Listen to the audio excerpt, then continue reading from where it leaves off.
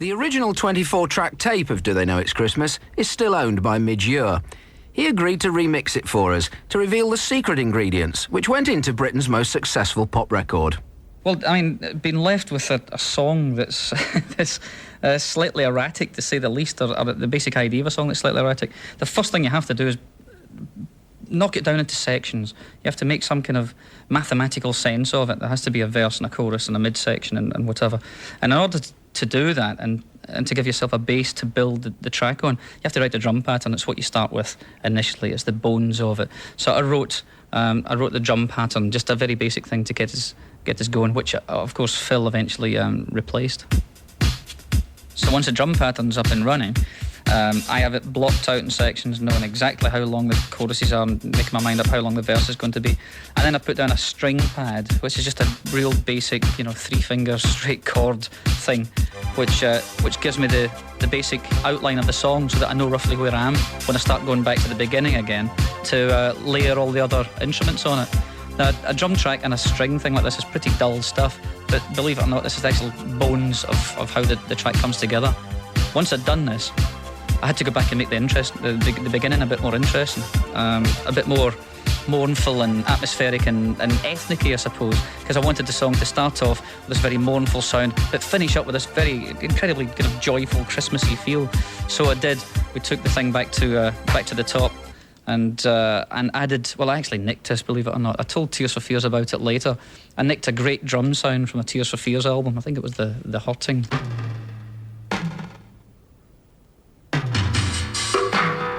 And I sampled this drum sound and I looped it to give me this kind of very interesting percussive thing at the beginning, this great sound.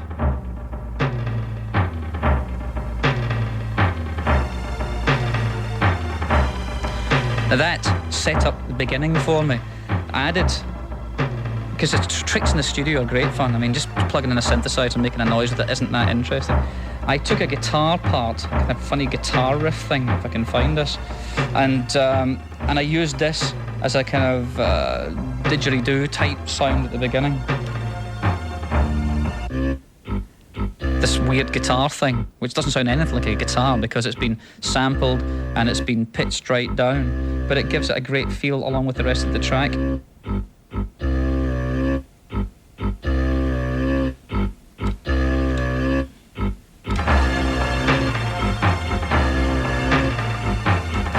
That instantly sets up the whole beginning for me.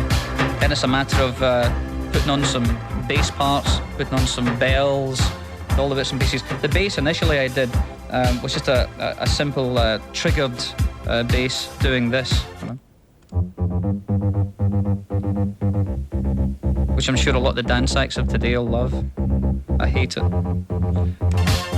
So that instantly you start to get a bit of body with the track. You've got your drums laid down, you've got a bass pulsing through it to give it a bit of movement, and still using this little guide string. Started bringing in bells, think Christmas of course. So we get these nice bells.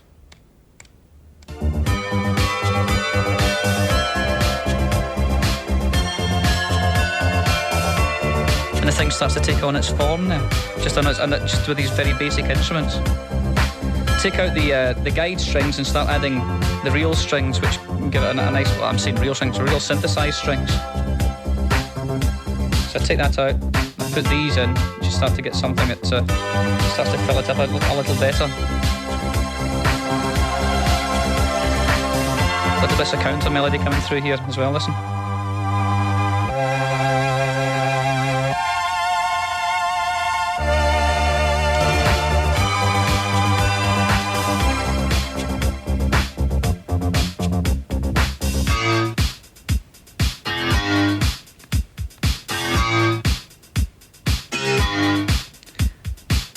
Then I had to add the main melody part, which is this.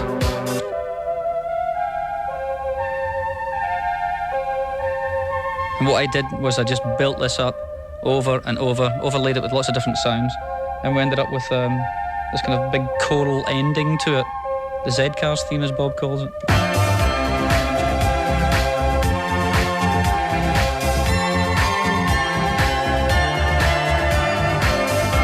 Now that's all very well and good. I mean, what we have now is just a basic backing track that has to be coloured, and has to be coloured with vocals. So in order to do that, I had to do a guide vocal. It's Christmas time. In order for people to, obviously they've never heard the song before, it's still being created at this point. So just to give them a guide and a rough idea of how the phrasing goes. But then when you give it to an artist, they pull it around and do what they want to it anyway. So. And in our world of plenty, we can spread a smile of joy. Throw your arms around the world at Christmas time. So did the guide vocal, then a day before the day that everyone actually saw, the making of the record, a couple of days before it, I managed to get hold of a few artists, because 24 hours in order to do all the vocals, all the drums and mix the record isn't enough. So I got hold of Sting, who very kindly came down and did a bit for us. There's a world outside your window, and there's a world of dread and fear, where the only water flowing is the bitter sting of tears. Now there was even a bit of to and fro with the lyrics and things on here. We've got a bit of Simon Le Bon here. There's only fate decides it's them instead of you. See, only fate decides it's them. We couldn't decide how, what to do it as. So, I mean, it was a very much a kind of to and fro thing. Suck it and see, and twist it and bend it, and hopefully it'll all come out right on the day.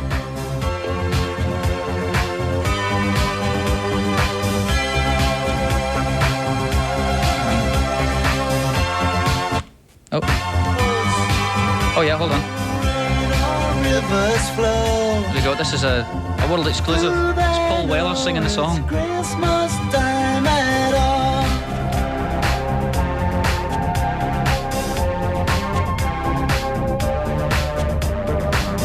He made the record.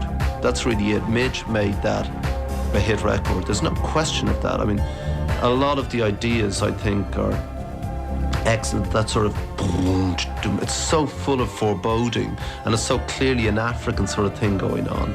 And that was absolutely, when I heard that, I thought, how did he get that out of this crap that I played him, And I had absolutely nothing to contribute to the record. I want to state that here and now, The record is his.